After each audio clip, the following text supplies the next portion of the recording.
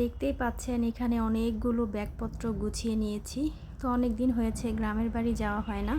তো আজকে হচ্ছে গ্রামের বাড়ি যাব, সেজন্য একদম ব্যাগপত্র গুছিয়ে রেডি করে নিয়েছি। যেহেতু অনেক গরম, সেজন্য এখানে চার্জার প্যান থেকে শুরু করে, আর যেহেতু ছোট বেবি আছে, বাচ্চা কাচ্চার তো অনেক কিছু নিয়ে যেতে হয় সাথে। আর গ্রামে তেমন জিনিসপত্র তেমন ভালো পাওয়া যায় না, যার কারণে এখান থেকে সব কিছু নিয়ে যেতে হচ্ছে।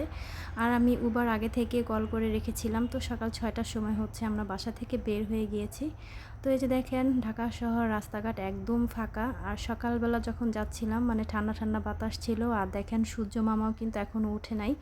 আর রাস্তাঘাট এত সুন্দর ফাঁকা ছিল, খুবই ভালো লাগছিল। তো এই যে দেখেন রাস্তাঘাটে কোনো যানজট নেই। অনেক দিন হয়েছে আসলে ভিডিও শেয়ার করি না আপনাদের সাথে। আসলে ভিডিও আপলোড করার পরে ভিউজ হয় না, যার কারণে মন একদমই খারাপ থাকে, সেই জন্য ভিডিও ছাড়তে ইচ্ছা করে না। তো ভাবলাম যেহেতু বিক্রমপুরে যাব, আপনাদের সাথে একটু শেয়ার করি।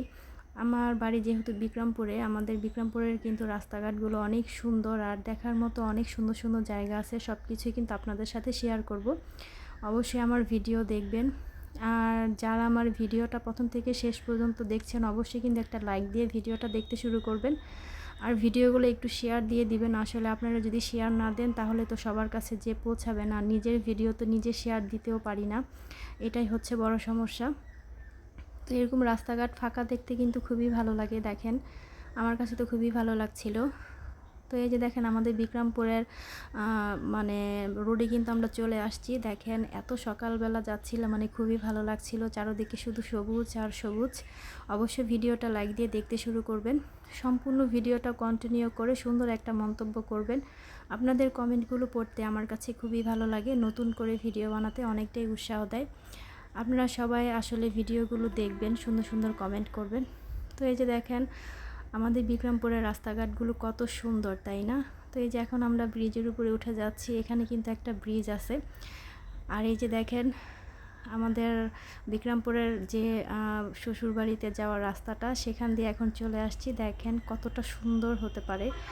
আর যারা বিক্রমপুরের মানুষজন আছেন তারা অবশ্যই জানেন আমাদের বিক্রমপুরে কিন্তু দেখার মতো অনেক সুন্দর সুন্দর জায়গা আছে। অবশ্যই আপনাদের সাথে শেয়ার করব।